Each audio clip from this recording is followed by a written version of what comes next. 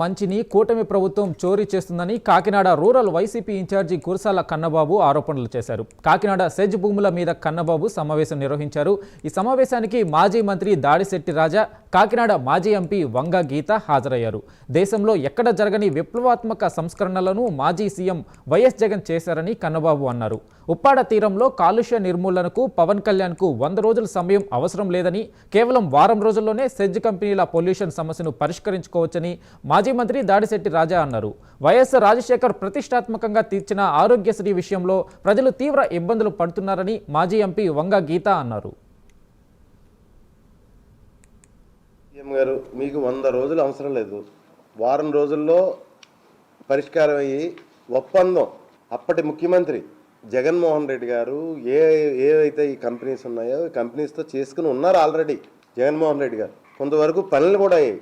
ఎందుకంటే ఆ ఒప్పందం సమయంలో నేను కూడా అందులో ఒక భాగస్వామిని. ఎందుకంటే జగన్ గారికి వివరించి చెప్పి, ఎందుకంటే ఈ కోస్టల్ బెల్ట్లో ఉన్న హ్యాచరీ ఓనర్స్ అందరినీ కూడా నేను జగన్ గారి దగ్గరికి తీసుకెళ్ళిన తర్వాత చాలా ఆలోచించారు. ఆయన డైరెక్ట్గా 20,000, ఇండైరెక్ట్గా 40,000 మందికి ఎంప్లాయ్మెంట్ ఉన్నది.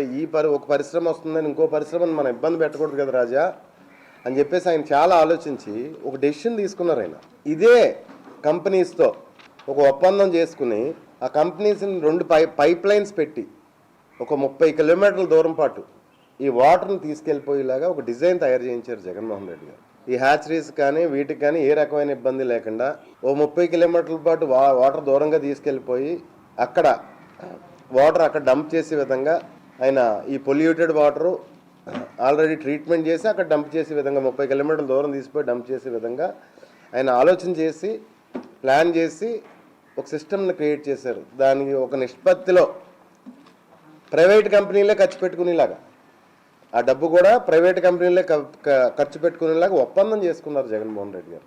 ఆరోగ్యశ్రీ విషయంలో మాత్రం ప్రజలు చాలా ఇబ్బంది పడుతున్నారు. ఇప్పుడే ఒకరికి మాట్లాడితే ఆరోగ్యశ్రీ పనిచేయలేదు, ఒక అతనికి ప్రాణాపాయ స్థితిలో ఉందని చెప్పి. ప్రజల ప్రాణాలు తీసేయడానికైనా ప్రభుత్వాలు ఉండేది, ప్రజల ప్రాణాలు రక్షించడానికి ఉండాలి. ఎంత మంచి పథకం ఆరోగ్యశ్రీ అంటే, ఎంత ధైర్యాన్ని ఇచ్చారు. విద్యా వైద్యంలో పూర్తి ధైర్యాన్ని పేదవాడికి ఇచ్చిన ప్రభుత్వం జగన్మోహన్ రెడ్డి గారి ప్రభుత్వం.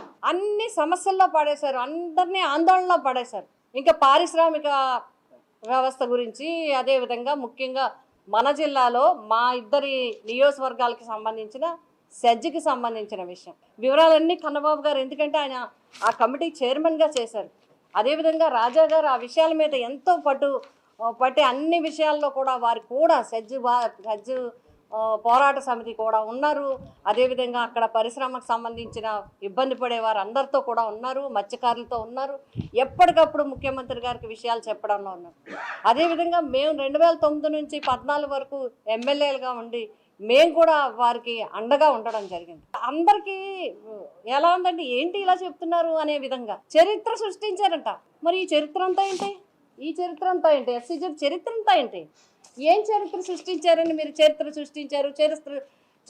సృష్టించారని చెప్తున్నారు. ఏదో ఆవు చేలో మేస్తే దూడ గట్టును మేస్తుందని ఒక సామెత. తండ్రి కన్నా 4 అడుగులు ఎక్కువ చదివినట్టుగా తండ్రి 4 అబద్ధాలు ఆడితే ఈ 40 అబద్ధాలు ఆడతాడు. పచ్చి అబద్ధాలు. అసలు నోరు తెరిస్తే నిజం చెప్పడం అనేది ఈ తండ్రి కొడుకులకి అలవాట్లేదు. రాజశేఖర రెడ్డి గారు చెప్పేవారు, చంద్రబాబు ఒక శాపం ఉంది, ముని శాపం, నిజం చెప్తే తల 1000 ముక్కలు అయిపోద్దని. అందుకే ఎప్పుడు ఈ నిజం చెప్పడని రాజశేఖర రెడ్డి గారు పాపం ఎక్కడున్నాడు ఆయన చెప్పేవాడు. అలాగా ఇప్పుడు వీళ్ళు అన్ని అబద్ధాలే.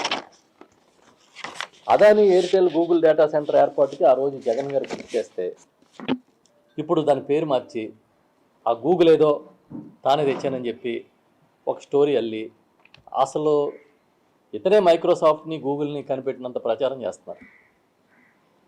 అసలు గ్రీన్ ఎనర్జీ అనేది ఈ దేశంలో దాన్ని గమనించి ఈ రాష్ట్రానికి ఒక హబ్బుగా మార్చింది జగన్మోహన్ రెడ్డి గారు.